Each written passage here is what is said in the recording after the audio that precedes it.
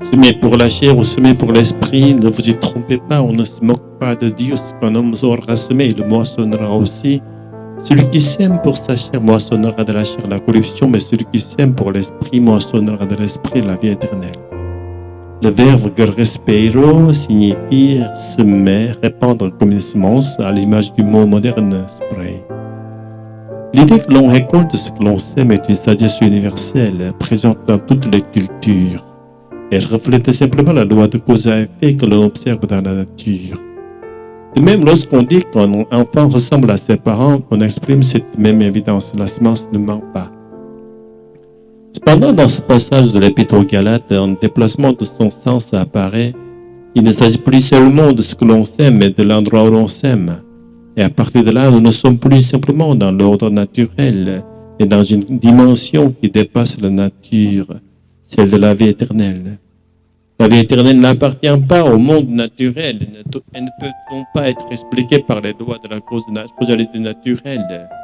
De même, le Saint-Esprit, Dieu lui-même, n'est pas une réalité accessible à tous indistinctement, mais une présence reconnue et expérimentée par ceux qui croient.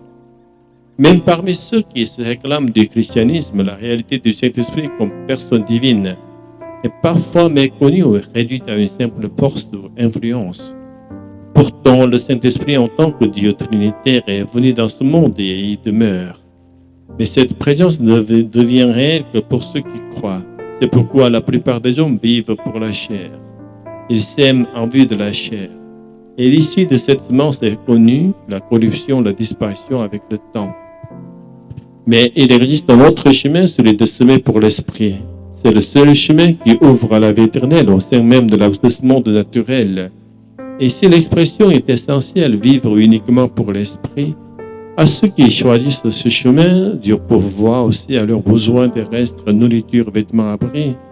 Il importe peu d'être né dans une famille chrétienne ou dans un peuple croyant. Cela relève encore de l'ordre naturel, de la semence qui produit selon son espèce. Ce n'est pas cela qui détermine la vie éternelle. Ce qui compte, c'est la question présente. Pourquoi vivons-nous maintenant? Que nous soyons pécheurs ou juste riches ou pauvres. Notre condition passée ne décide pas de notre destinée ultime. Tous tiennent dans un sens sur la même ligne de départ.